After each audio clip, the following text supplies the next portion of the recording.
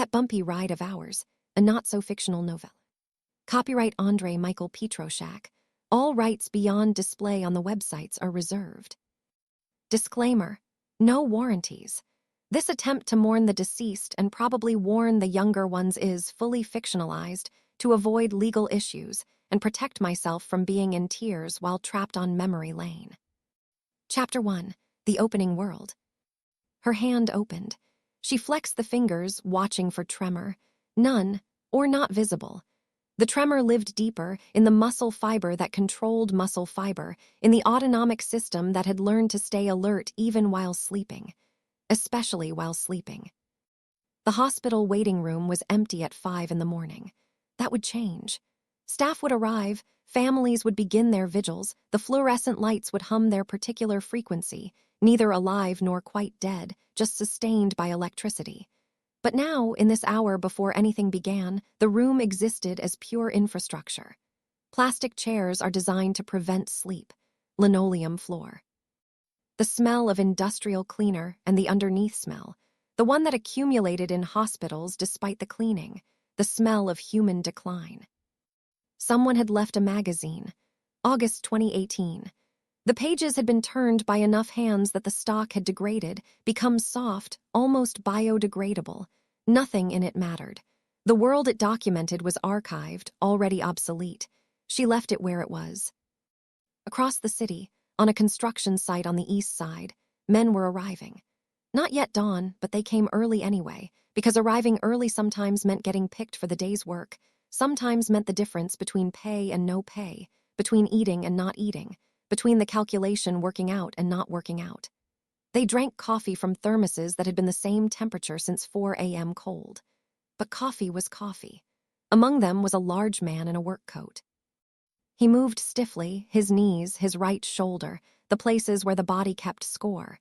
He'd been doing this work for 34 years since he was 18. The math was simple. 18 plus 34 equals 52. He was 52 now. The body was supposed to be used up by now. It was performing its function. The ICU nurse was finishing her shift. She'd been there 12 hours. Her shoes had lost their padding sometime around hour 8. Her back had begun to speak to her around hour 10, not in words, but in the particular language of tissue and vertebrae, of fascia that had been standing too long. She had 4 more hours before another shift started. She wouldn't sleep. She would go home, drink coffee, watch her phone for messages from her sister, and prepare for another 12 hours. Her body was burning. She knew the science of burnout. She knew what the literature said about nurses, mortality rates. She knew it the way someone knows they are supposed to die eventually. The information is real, but not actionable. Elsewhere, a car was being prepared in a parking garage 3 miles away. A woman checked the oil, something her father had taught her when she was 16, back when she'd believed that learning practical skills would protect her from harm. The car had 187,000 miles on it. The transmission was making a sound it hadn't made last week. She listened to this sound on her last 3 deliveries. The car was worth maybe $3,400 on the secondary market. She owed $4,200 on the loan. The math was broken. But the car was her primary asset, and without it there was no income, and without income the arithmetic of survival stopped making sense altogether. She got in the driver's seat. The engine started. That was enough. In a small apartment with 2 bedrooms and 1 bath, a man sat on the edge of his bed. He'd been waking like this for 6 months now at 3 or 4 a.m., consciousness arriving abruptly, no gradual emergence, just sudden awareness that he was awake and would remain awake for hours. His chest felt tight. He'd been noticing this for longer than 6 months, maybe a year, maybe longer. He didn't track it formally. He just lived with the tightness the way you live with other things that are wrong by not looking directly at them, by going about the day as though the tightness was someone else's problem, not his. These were not separate stories. They were the same story, told from different angles, refracted through different bodies. The infrastructure of their lives was identical: precarity, systems designed for exclusion, bodies that were accounting for decades of accumulated consequences. They were strangers to each other, mostly. They would become less strange. The logic of survival in a failing society would bring them into the proverbial orbit, eventually. But that was later. Now was this. Early morning, before the day clarified itself, before the work sites filled up with people needing work, before the shifts began their slow accumulation of hours, before the waiting rooms filled with people waiting, before the deliveries multiplied, before the night nurses finished, and the day nurses arrived, and the whole machinery of managing human decline cranked forward another day. Now was the breath before the pressure resumed. Now was the body, waking to pain that had begun in childhood, that had calcified in adolescence, that had metastasized into adulthood. Now the knowledge was not conscious, but resident in the nervous system, the way fear can be, that this day would be like the others, that the day after this day would be like this day. The structure that organized possibility was so fundamentally broken that the only reasonable response was to develop systems for coping with brokenness, rather than attempting to repair the structure itself. The city was still dark. The October air was beginning to shift toward cold. Winter was coming. It always came. The people who lived in this city had developed strategies for winter, some better than others, some barely adequate, some catastrophic. They would persist through it, those who were going to persist. The others would accumulate in the system's margins, in the shelters and the ERs and the jails, in the places where the precariat lived when they couldn't live anywhere else. But that was narrative. That was the story told afterward, the story of cause and consequence. What was happening now was simpler. A hand opening. The tremor is living deeper. A back burning. A car engine starts. A chest tight. A waiting room is empty. The world before anything began. Chapter 2. Diane's beginning. She was 12 years old, standing in the kitchen of her mother's house, when she understood that something was wrong with the way her mother spoke. Not wrong exactly. Altered. The words were there, but they moved differently through the air, arrived at their destination with a kind of lag, as if the instruction was traveling a longer pathway from her mother's brain to her mother's mouth. "Did you eat?" her mother said, not a question really. The inflection was flat. "Yes," Diane said. She was watching her mother's hands. Her mother's hands were steady, or steady enough, but the kitchen smelled particular. Diane had learned to recognize this smell, the smell of pills dissolved in saliva, the smell of someone's chemistry being rearranged by a substance that wasn't supposed to be there. Her mother had hurt her back the year before, fell on the porch steps. Nothing broken, but the pain was real, Diane's father said. The doctor gave her pills. Vicodin, that was the word. Diane had looked it up in the library at school. Opioid. Schedule II narcotic, highly addictive. That was what the literature said. The literature was abstract. The concrete thing was her mother, standing in the kitchen, speaking around the lag.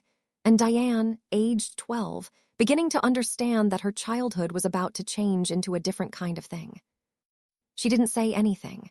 She was the kind of child who understood, by instinct or by temperament, that speaking would make the thing true, and while it was becoming true regardless, there was something to be said for postponement, for the small mercy of not yet nomming. Over the next few weeks, Diane began to observe, systematically, not with malice but with the precision of someone whose safety depended on understanding what was happening in her environment. She noticed when her mother slept too much. She noticed that her mother's friends called less often. She noticed her mother's hand shaking not always, but in patterns, notably worse in the mornings, notably better in the afternoons when the pills had been taken. By age 14, Diane had found the bottles. She knew where they were hidden, had memorized the number of pills in each bottle, and was tracking the refill dates from her mother's purse. She had adopted a framework for understanding this information. The framework was clinical because it was manageable. Addiction, opioids. Dependence, tolerance. The terms gave her the illusion of control, as if nomming something was the first step toward managing it. What the terms actually did was allow her to stand outside of her experience while living inside it. She could think about her mother's addiction while simultaneously maintaining the household, managing school, keeping the secret from neighbors and relatives, and the truancy officer and the welfare caseworker who visited once and saw nothing, because Diane was extremely good at creating the appearance of normalcy. She was also extremely good at not sleeping, or at sleeping so lightly, so alertly, that her body never fully relaxed. Hypervigilance was the clinical term. The experience was different.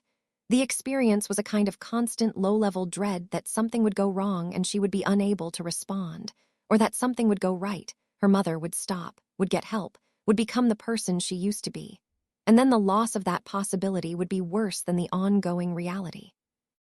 By 48, having spent 34 years learning not to expect her own needs to be met, having trained her nervous system into permanent alertness, having built a career on managing other people's chaos, Diane was exhausted in a way that sleep didn't touch. She was washing her hands in the bathroom of her apartment. It was 6 a.m. She'd been home for an hour. She was washing them methodically, the way a surgeon would, the way she'd been trained to in nursing school. She was watching the skin of her hands, middle-aged hands, capable hands, hands that had learned to be useful when usefulness was survival. She was noticing the small shake that appeared when she held her hands under the water, steady or not quite. The tremor of someone whose nervous system had been calibrated for emergency for so long that the default state was now a kind of permanent low-grade fight or flight. She dried her hands. She looked at herself in the mirror. She was noticing the lines around her eyes. She was noticing her hair, which she'd been graying into, not dyeing, because that felt like an admission of vanity she couldn't afford. She was noticing that she looked tired. She was tired. She was tired in a way that was bone-deep and probably permanent. Her phone was on the bathroom sink. It lit up with a message from her sister, a picture of her sister's feet. Swollen. The message said, still retaining. Diane looked at the swollen feet. Her sister was 43. She had type 2 diabetes.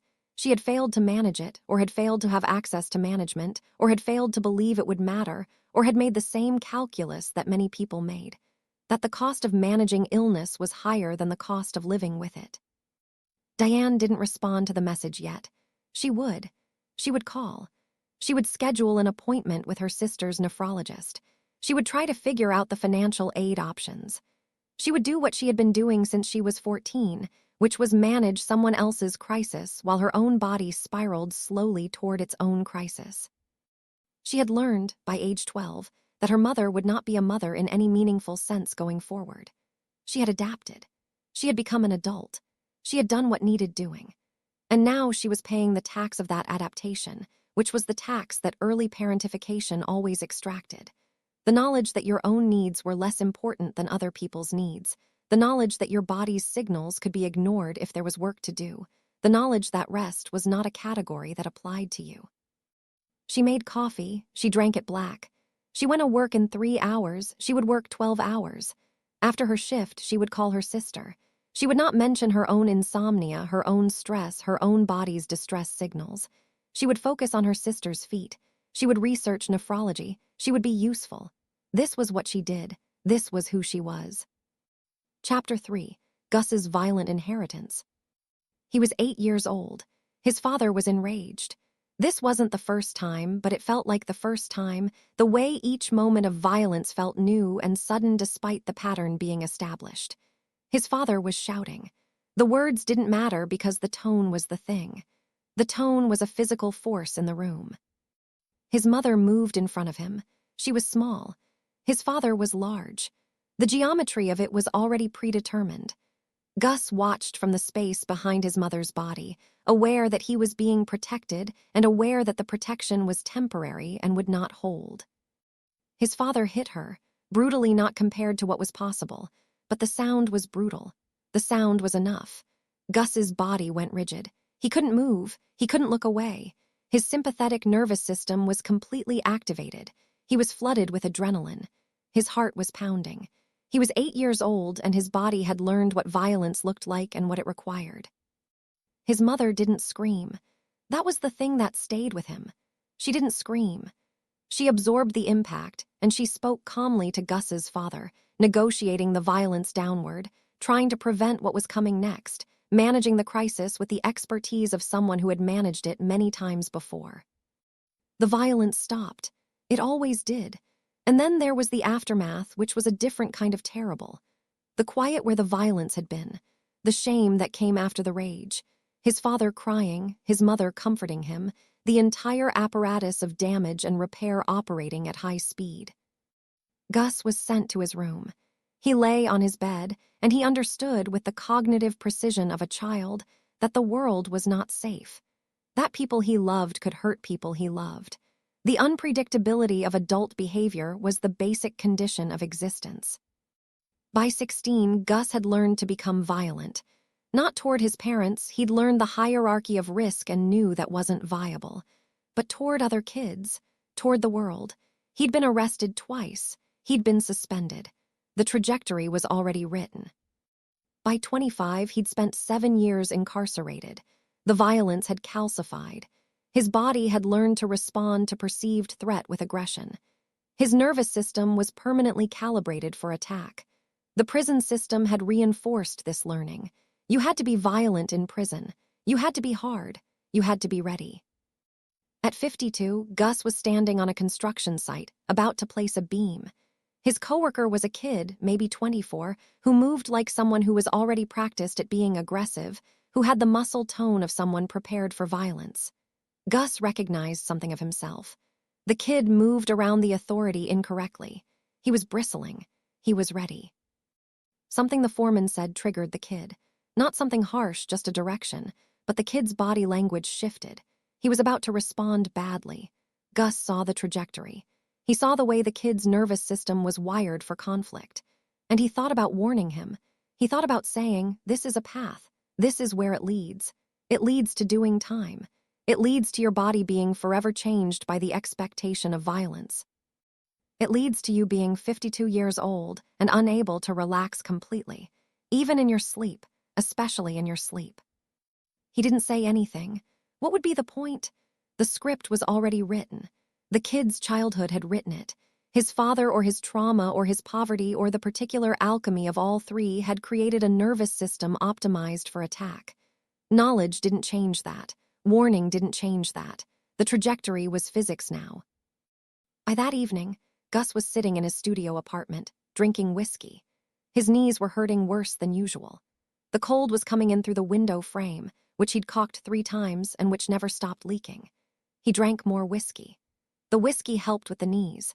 It also helped with the knowledge that he'd spent 7 years incarcerated, that he would never have certain kinds of employment available to him, that his body was breaking down, and he didn't have the resources to manage the breaking down. His father had drunk too. That was the other inheritance, the violent response and the chemical self-medication. His father had believed he was different. He'd believed he could use alcohol without becoming addicted to it. His father had died at 67 from complications related to alcohol use. Cirrhosis, though they didn't say it that plainly. They said liver failure. They said his organs had given out. Gus was 52. He was doing the math. 15 more years if he was lucky. Maybe 20. He was drinking to manage the pain. He was also drinking because it worked, because it was available, because it was the strategy he knew. He was also drinking because his father had drunk, and the inheritance went deeper than behavior. It went into the neurology. It went into the way his brain was wired to seek chemical solutions to pain. His body carried his father's neural pathways. The drinking was both choice and not choice, both agency and inevitability. He drank more. The whiskey was cheap. It burned going down. His body had stopped noticing the burn.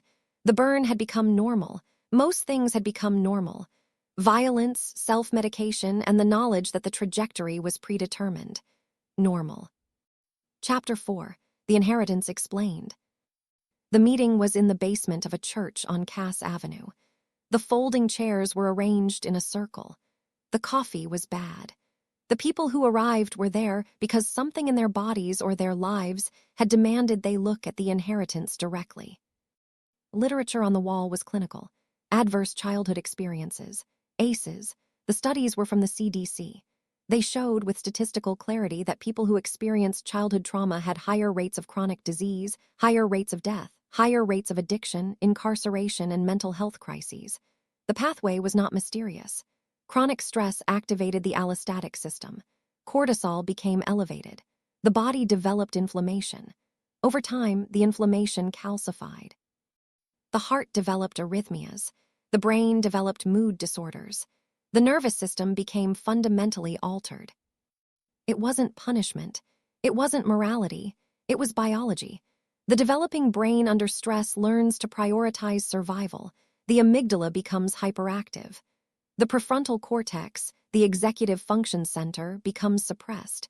The body becomes optimized for threat. This is adaptive if you're living in genuine danger.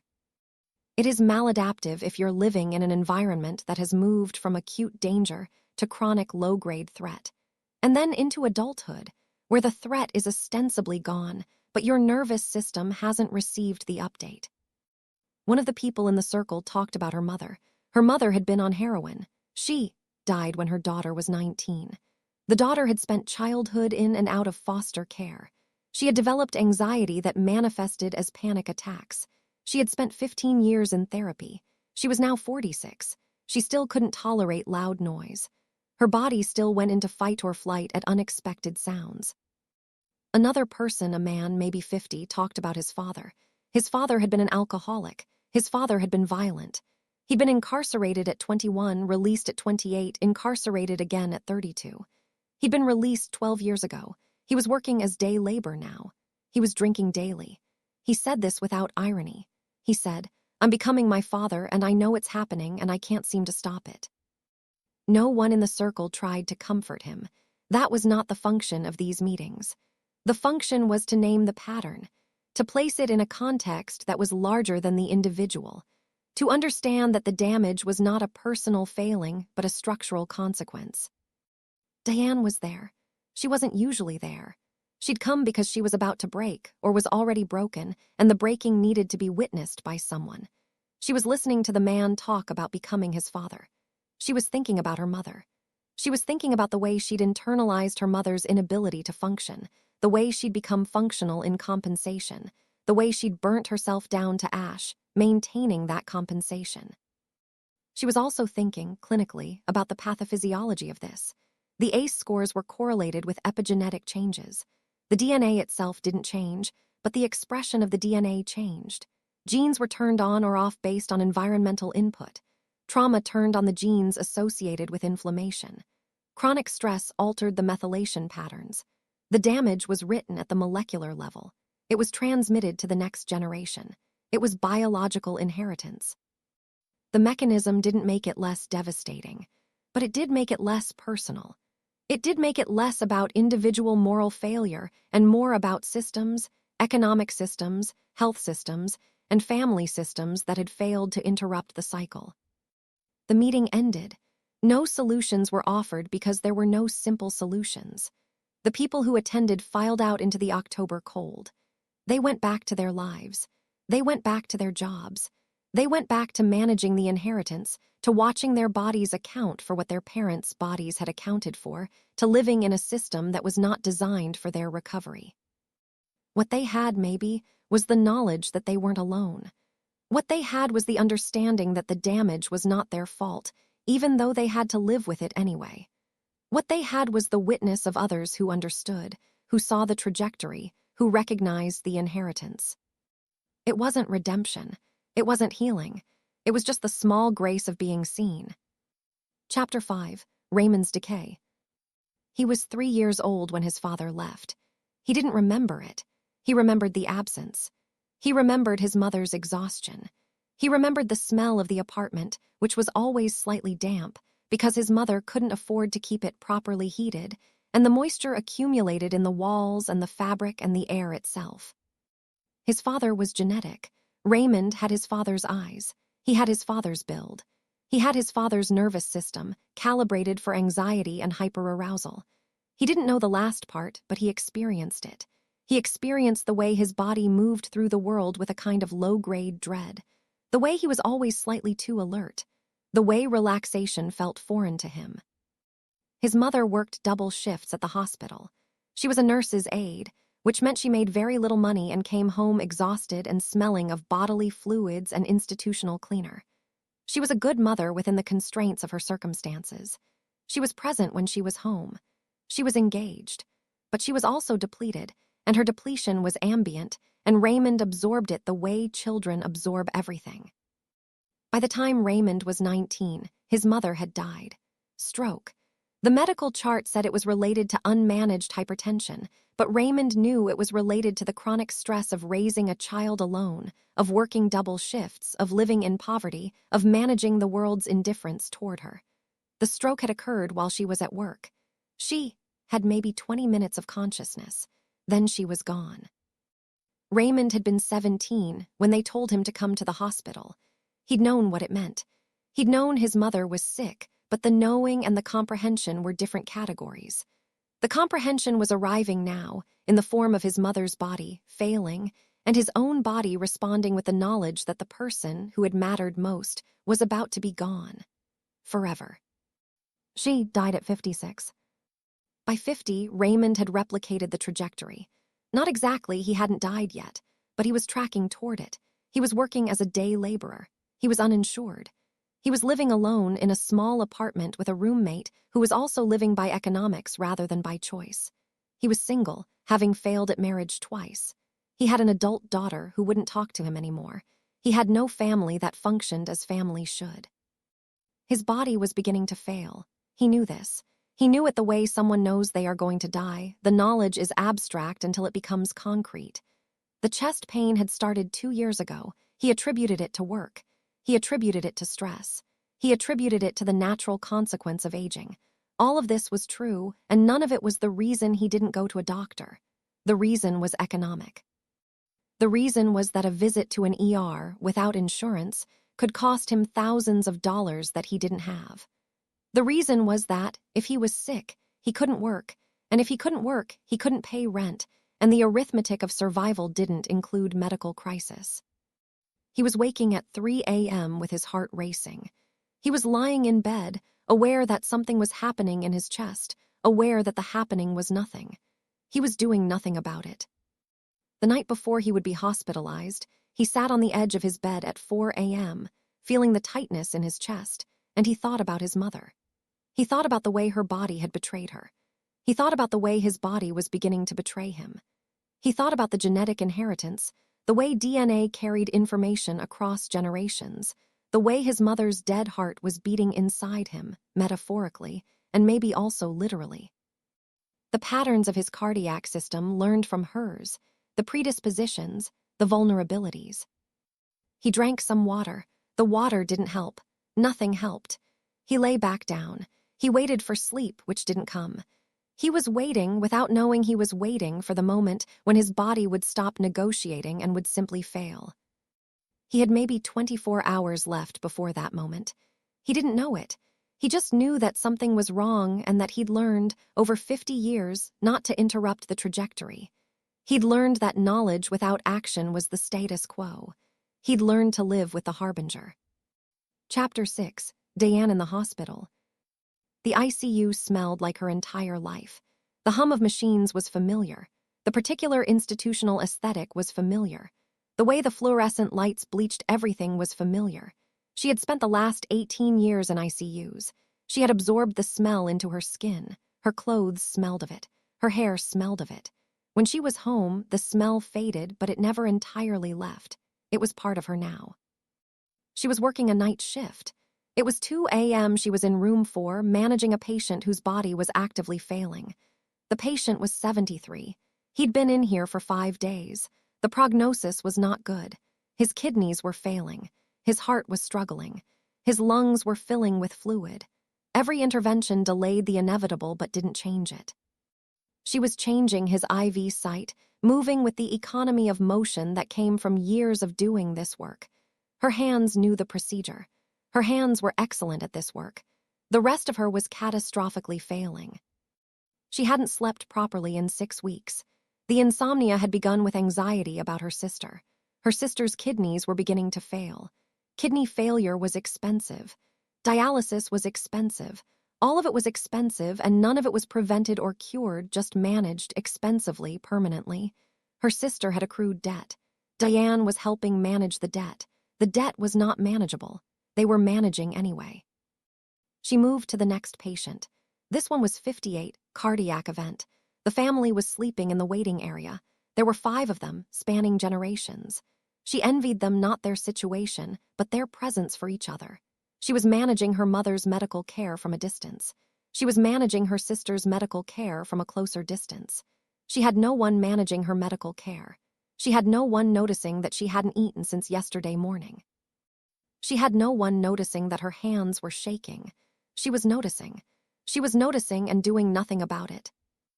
At 4 a.m., she made a medication error. It was caught.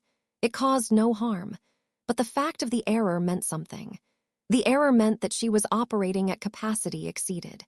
The error meant that her competence, which had been the primary thing she'd built her identity around, was beginning to fail her. She sat in the break room for 10 minutes. She drank water. She didn't eat anything because eating felt too complicated. She thought about her mother. She thought about the way her mother's brain chemistry had been altered by opioids, and the way her own brain chemistry was being altered by the chronic elevation of cortisol, the way stress hormones in sustained elevation could mimic or create mood disorders, the way she was becoming increasingly unstable, not because of personal failure, but because of the basic physiology of being under chronic stress while managing other people's crises. She thought about calling in. She didn't. She returned to the floor. She completed her shift. At 8 a.m., she went home. She didn't sleep. She made coffee. She called her sister. "How are you feeling?" she said. "Swollen," her sister said.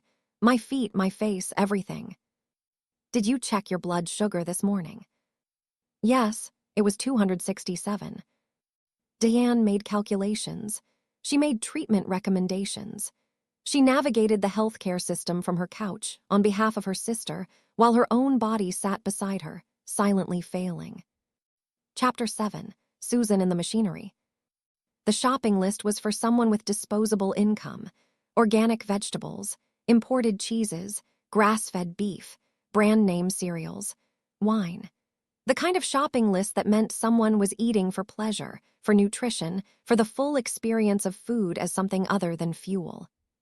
Susan was compiling the list while her own pantry consisted of eggs, rice, and the last container of peanut butter. She'd been living on that rotation for 3 weeks. She'd known people who'd eaten less. She'd known people who'd lived on food bank goods, the canned vegetables, the surplus dairy, the items that nobody else wanted. She wasn't there yet, but she was aware of the trajectory. The delivery would pay her $8.47. The distance was moderate. The customer had never tipped. Susan calculated the gas cost, the delivery time, the income-to-time ratio. It was always negative. The math never worked. But it worked more than not working, and not working meant no income at all. She was 45. She'd been doing gig work for the last 8 years. Before that, she'd worked retail, and before that, waitressing, and before that, temporary data entry. She never held a job for more than 2 years. The reasons were various economic instability, health issues, family crisis, the simple fact that entry-level work didn't provide stability or advancement, and the wear of it eventually necessitated moving to a different form of instability. She had 2 children. She had them with 2 different men, neither of whom she was still in a relationship with. Both of the men had primary custody. This was not because Susan had abandoned the children. It was because Susan couldn't afford housing that would accommodate them. It was because the system presumed that the person with more economic stability should house the children. It was because poverty and custody were intimately linked, and poverty had made her unable to mother in the way the system understood mothering.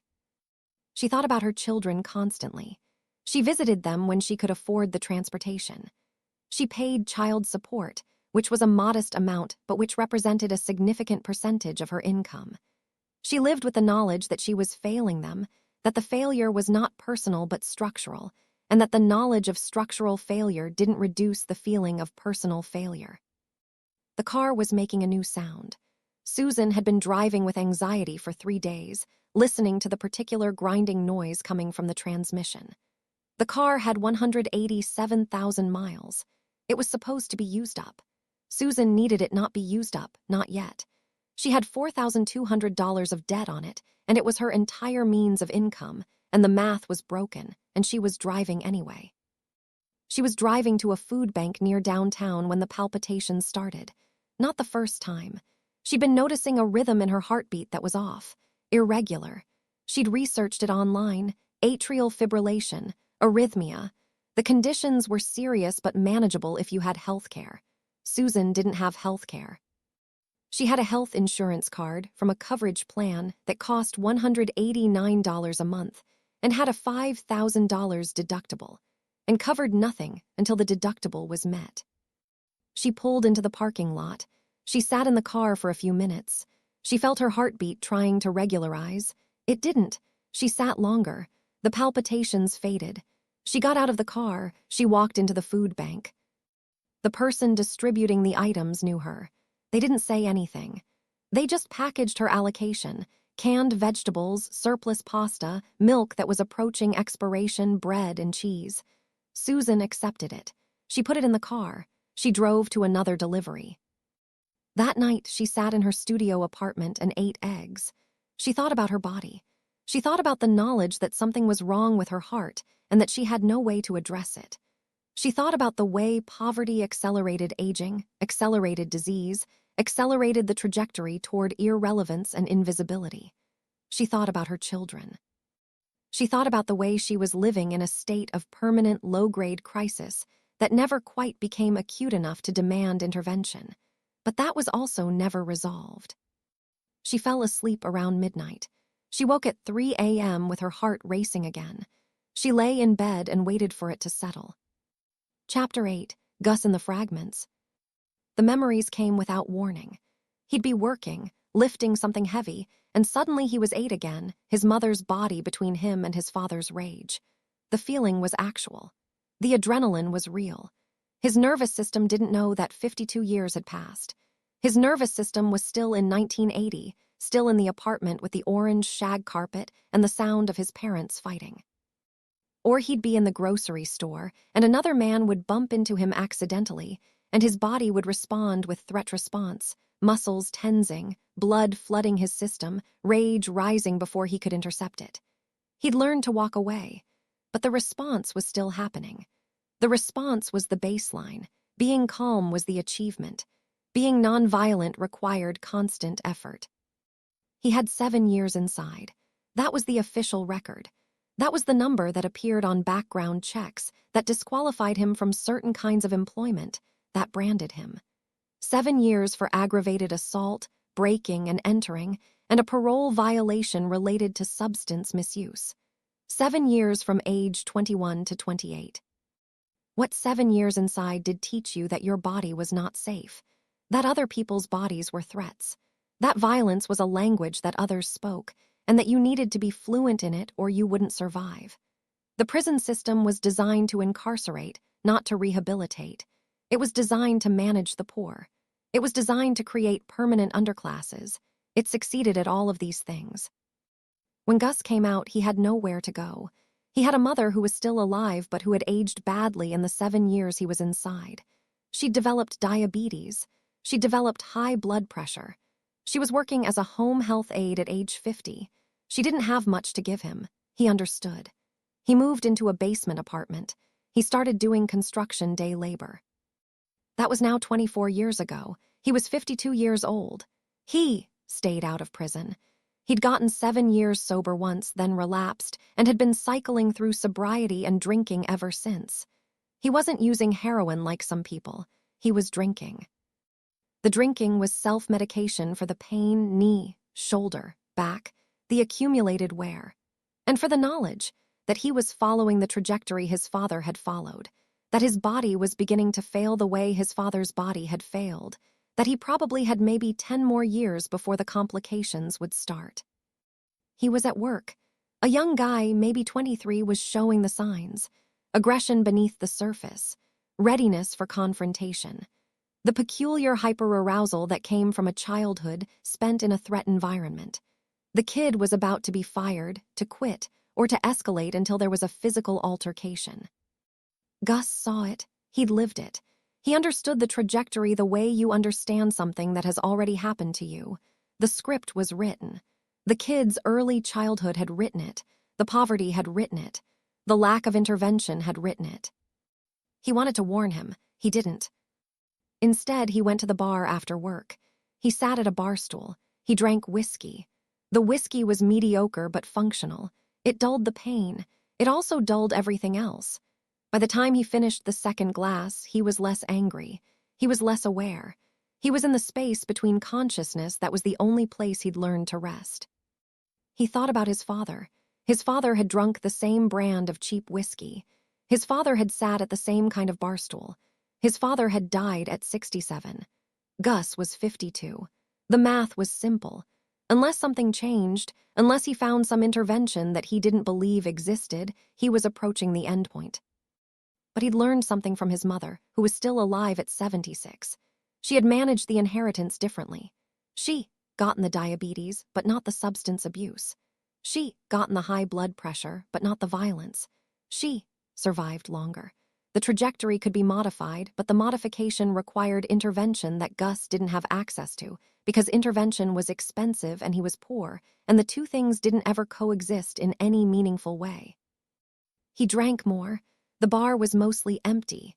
There was a television playing a game. No one was watching. Everyone at the bar was in their own private crisis, their personal and private calculation of how much longer they could continue. Chapter 9. The Crumbling Center. The church basement was colder than it should have been. The thermostat was broken. The landlord wasn't responding to repair requests. The temperature was around 60 degrees. People kept their jackets on. They drank coffee to stay warm. The meeting had an informal structure. People shared if they wanted to. The facilitator, an older woman, maybe 60, with the particular composure of someone who'd done the work of recovering from her own inheritance, opened with the basic information. She talked about the patterns, adverse childhood experiences, intergenerational transmission, the physiology of trauma, the statistics on mortality and morbidity. Then people spoke. A woman talked about her father. A man talked about his mother. Another woman talked about becoming what her parents were despite conscious resistance. The familiar litany of inheritance, of the body enacting the scripts that childhood had written. Diane was sitting in the circle. She'd come alone. She'd been reluctant. She still wasn't sure why she was here except that something in her had fractured, and she needed to witness something being named that she'd been carrying without nomming. Gus had been reluctant too, but a friend had asked him to come, and Gus had learned that occasionally, when someone asked, the request mattered enough to say yes. Susan had seen the flyer at the clinic where she'd gone for her health anxiety. Raymond hadn't come. Raymond wasn't ready to name his inheritance yet. The woman talking was in her 50s. She had the careful diction of someone who'd spent time in therapy. She talked about her mother's addiction and her own anxiety and the way her body held the knowledge of her mother's unreliability. She talked about how, even now, even at 54, she couldn't fully relax. She couldn't trust that people would be present. She couldn't believe that safety was a stable condition. When she finished, there was silence. Not the silence of indifference, but the silence of recognition. Everyone in the room knew something of what she'd described. Everyone had inherited something similar. The particular damage that comes from parental addiction. The particular damage that comes from early trauma. The particular damage that comes from living in systems that were never designed to heal you. Gus spoke. He rarely spoke at these meetings, but something in him responded to the woman's account. He said, "I thought if I just didn't hit anybody, I'd be different. I thought that was the bar. Not hit anybody, get sober, work a job, show up. I thought that was success, but my body still does the violence thing. My body's still ready. And I'm drinking, same as my father, and the timeline's the same. I'm going to probably check out at the same age he did, so I don't know what the success is." No one tried to tell him he was wrong. No one offered platitudes. The silence continued. This was what the meetings did. They named the things that were true, that people usually hid, that sounded devastating when spoken aloud. Susan said, "I can't afford to be sick. That's the thing. My body's doing something that's not right, but I can't afford to find out what it is. So I'm just waiting for it to resolve or to get worse enough that I can't ignore it anymore. And when it gets worse enough not ignore, then the system will be forced to intervene, but by then it'll be expensive, and I'll be in debt, and I'll be more precarious. So I'm in this place where the best case scenario is that nothing gets diagnosed until it becomes catastrophic." Diane listened. Diane understood. Diane was also understanding something else, which was that she was burning out, that she was about to break, that the competence that had structured her entire existence was about to cease being sustainable. She didn't speak. She just listened. After the meeting ended, the three of them stood in the parking lot. It was October. The cold was advancing. Winter was coming. The conversation was brief, but something shifted. They recognized each other. They exchanged numbers. They didn't make specific plans, but they understood that they might call, that they might meet again, that there was something about being witnessed by people who understood, who weren't family, who simply recognized that mattered. In the parking lot, someone mentioned Raymond. One of them knew him tangentially. They worked together or known him through a friend. The word came up, sick. That's when the worry crystallized. Someone said, he's really sick, chest pain, but he won't go to a doctor. The knowledge of Raymond's risk entered the conversation. The knowledge that one of them, a fellow traveler, was in active danger, and that the danger was going uninterrupted. Chapter 10. The crisis compounded. The first morning. Raymond woke at 4 a.m. with his chest tight. He'd been waking like this for weeks. He lay in bed for an hour. He got up. He made coffee. He made the calculation, miss a day of work or risk. He decided to work. He always decided to work. The same morning, Gus woke with pain in his right shoulder. He'd injured it 15 years ago, doing construction. It had never fully healed. It healed periodically and re-injured periodically. This was one of the re-injury mornings. He drank whiskey with his coffee. Though it was only 5 a.m., the whiskey helped with the pain enough to make work possible. The same morning, Diane was waking from a sleep that felt less like sleep and more like unconsciousness, like her body had shut down out of sheer necessity rather than the body achieving rest. She'd slept 4 hours. That was better than recent nights. She had 12 hours of hospital work ahead. She made coffee. She showered. She noticed the tremor in her hands was worse. The same morning, Susan was checking her car. The transmission sound was worse. The grinding was louder. She called her mother. They'd maintained some relationship, attenuated but present, and asked if she could borrow $200 to get the car looked at. Her mother said no. She couldn't afford it. Susan didn't ask again. That night, Raymond did work. He worked through the chest pain. He attributed it to muscular. He attributed it to stress. He attributed it to age. At the end of the day, when he got home, the pain was worse. He sat down. He took ibuprofen. He drank water. He thought about going to the ER. He did the math, ER visit, diagnostic tests, possible hospitalization, thousands of dollars, money he didn't have, money he couldn't borrow, money that didn't exist in his economic reality. He decided not to go. He would wait. He would see if it resolved. That night, Gus went to the bar. The shoulder pain was significant enough that he was drinking more than usual. By the time he left the bar at 10 p.m., he was drunk. He drove home. He shouldn't have driven. He knew he shouldn't have driven. He drove anyway. That night, Diane was still at the hospital. She was working a double. She'd called in sick initially, then called back and said she'd come in after all. She was running on coffee and the particular adrenaline that comes from managing a crisis while your own crisis is ongoing.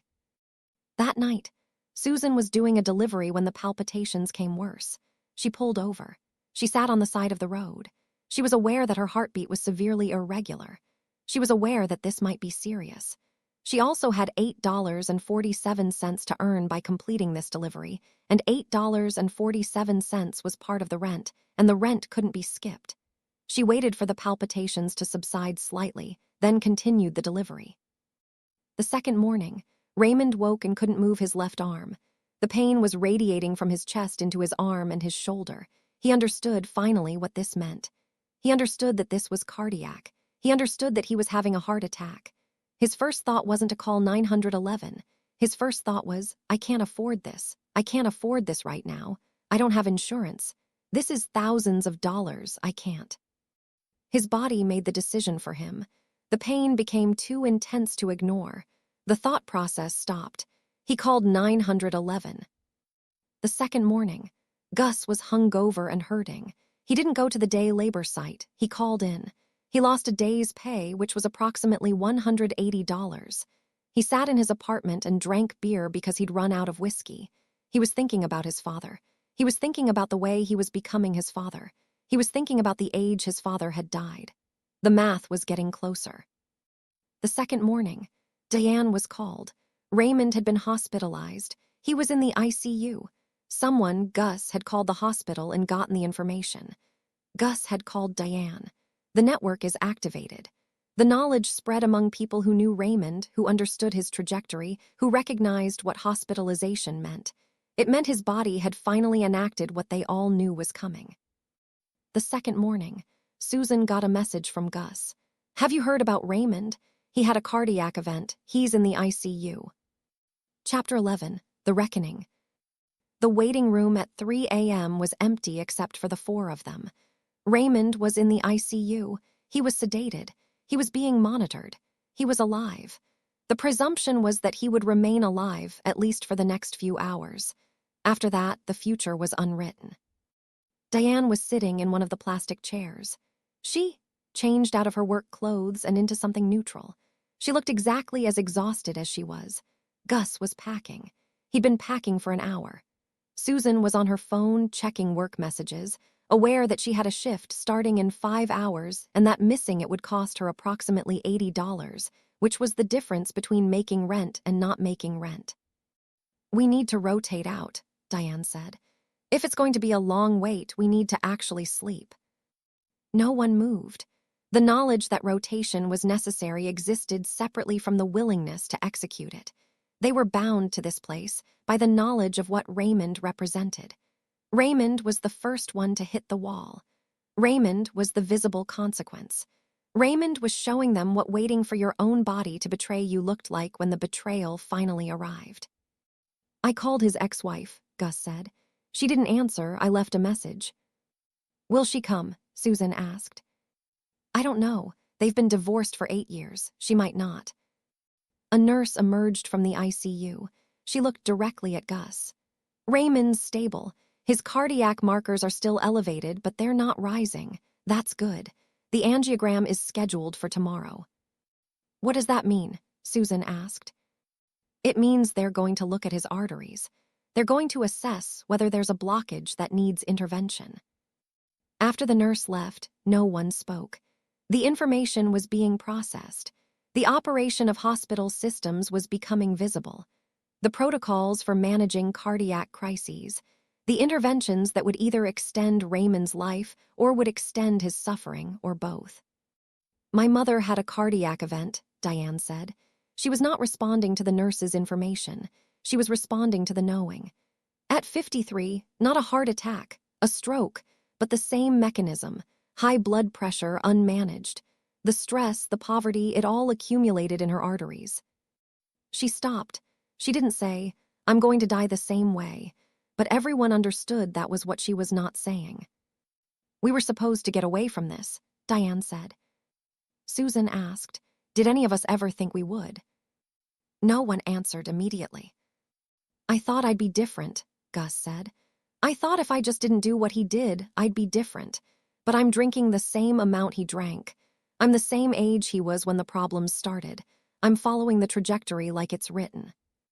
"It is written," Raymond was going to have said, if he were conscious, if he were present. But Raymond was sedated, and his voice was represented by the absence of voice, by the fact of his body in the ICU, by the monitors that were tracking the functioning of his heart. "There's nothing to escape to," Susan said. "That's what I've realized. Like, we could get better jobs, we could have better lives, but the health problems are still there. Poverty is still there. The systems are still designed to exclude us. Getting out of this requires not getting sick, but we're all getting sick. Our parents got sick. We're getting sick." It was the most direct that Susan had spoken about the trajectory. It was also the truest thing anyone had said in the waiting room.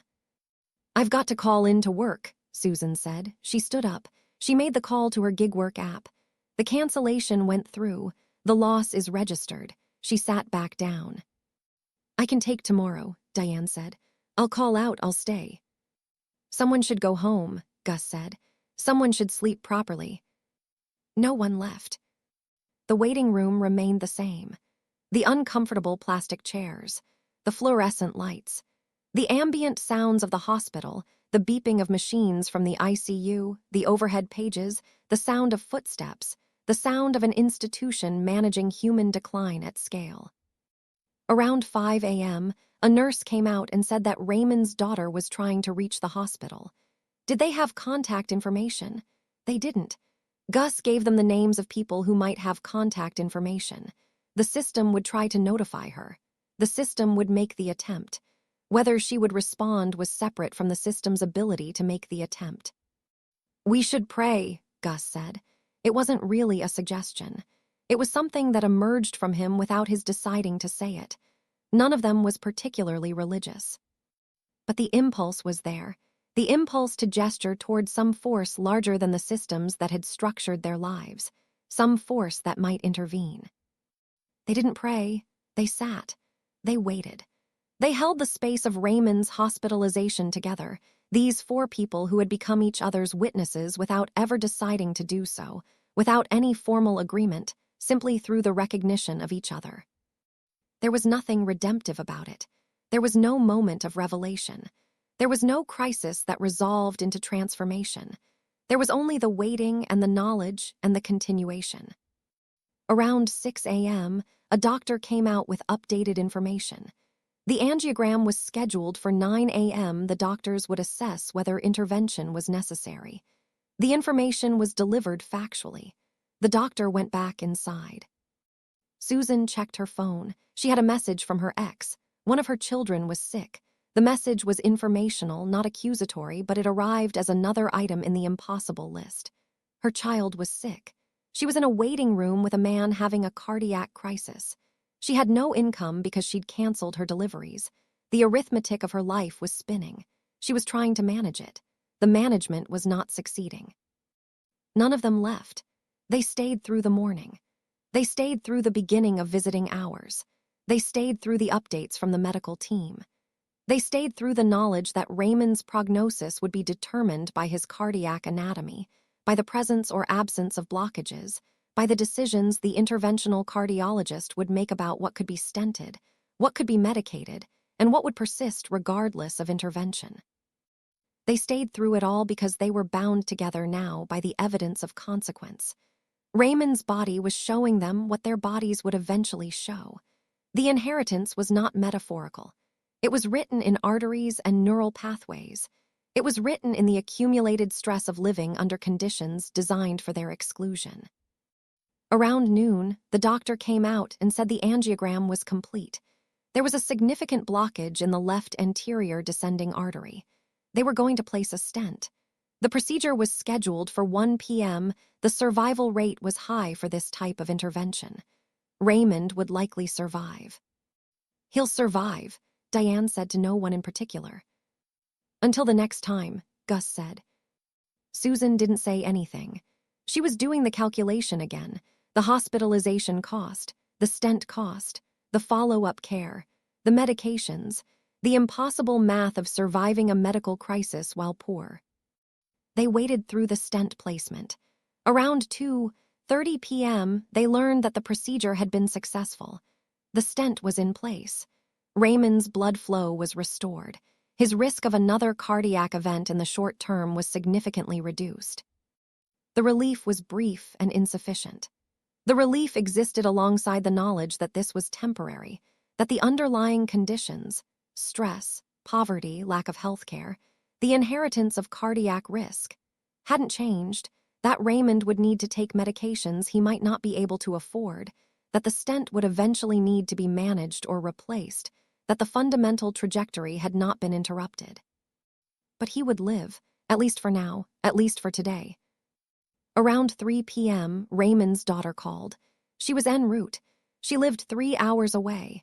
She gotten the message from the hospital, and she was coming. The fact of her presence was unexpected. She and Raymond hadn't spoken in years. The cardiac event had reactivated the relationship in the way that mortality sometimes does. "You should go," Susan said to Diane. "You should rest before tonight." Diane didn't want to go, but the practical truth was that she had a shift starting tomorrow at 7 p.m. and she needed to sleep, and she was so exhausted that she was no longer functional. She stood up. She hugged Gus. She hugged Susan. She didn't know if she would see them again.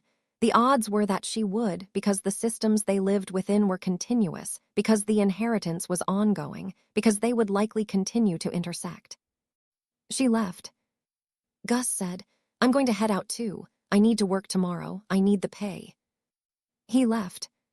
Susan stayed. She told herself it was because someone should be there when Raymond woke up. She told herself it was because the obligation had not yet discharged. She sat in the waiting room. She pulled up her gig work app and looked at the available deliveries. She calculated how many she could complete if she left now, if she rushed, if she prioritized volume over precision. She didn't start any deliveries. She sat. She waited. She watched the hospital function around her. The systems that were supposed to heal people, that often couldn't heal them, that could only extend them, manage them, delay the inevitable. When Raymond's daughter arrived around 4 p.m., Susan was still there. Raymond's daughter was 53. She had Raymond's eyes. She looked at Susan with confusion, wondering who this woman was, why she was present in this moment that was supposed to be family. Susan stood up. She said, "I know Raymond. I wanted to make sure he was okay." It was not the full truth. It was not the lie either. It was the kind of statement that people make when they're attempting to protect something without being able to name it directly. She left. She got in her car. She checked the transmission sound. It was still there. She drove away from the hospital. She went to a delivery pickup point. She did deliveries until 9 p.m. She made $67 in that time. She went home. She ate eggs. She slept. In the ICU, Raymond woke from sedation. He saw his daughter. He saw that his chest hurt, and his body was monitored, and his arteries had been opened and restored. He saw that he had survived something that was supposed to kill him. He saw that survival came with cost, with debt, with the necessity of managing the consequences for however long he would live. He would live, he would survive, he would persist. This was the achievement, not redemption, not healing, not transformation, just the continuation, just the ongoing, just the fact of being alive after the moment when being alive was no longer guaranteed. The inheritance had manifested. The consequence had arrived. The body had enacted what childhood had written. But the story was not concluded. It would continue. They would continue. The four of them and the millions of others who had inherited damage and who were now living inside it, managing it, surviving it, one day at a time, in a system that was not designed for their recovery, that was designed for their exclusion, that functioned most smoothly when they were invisible. They would continue anyway. The end. Poverty sucks, and I am too old to go unpaid happily. Even with AI support and only basic proofreading, such a story takes more than 6 hours of unpaid work, and that is the writing and editing only. The audio, AI voice, adaptation takes 4 more hours, and narrators also prefer getting paid. Instead of reading or hearing how preferred to AI voices they supposedly are, yet not earning a fucking cent.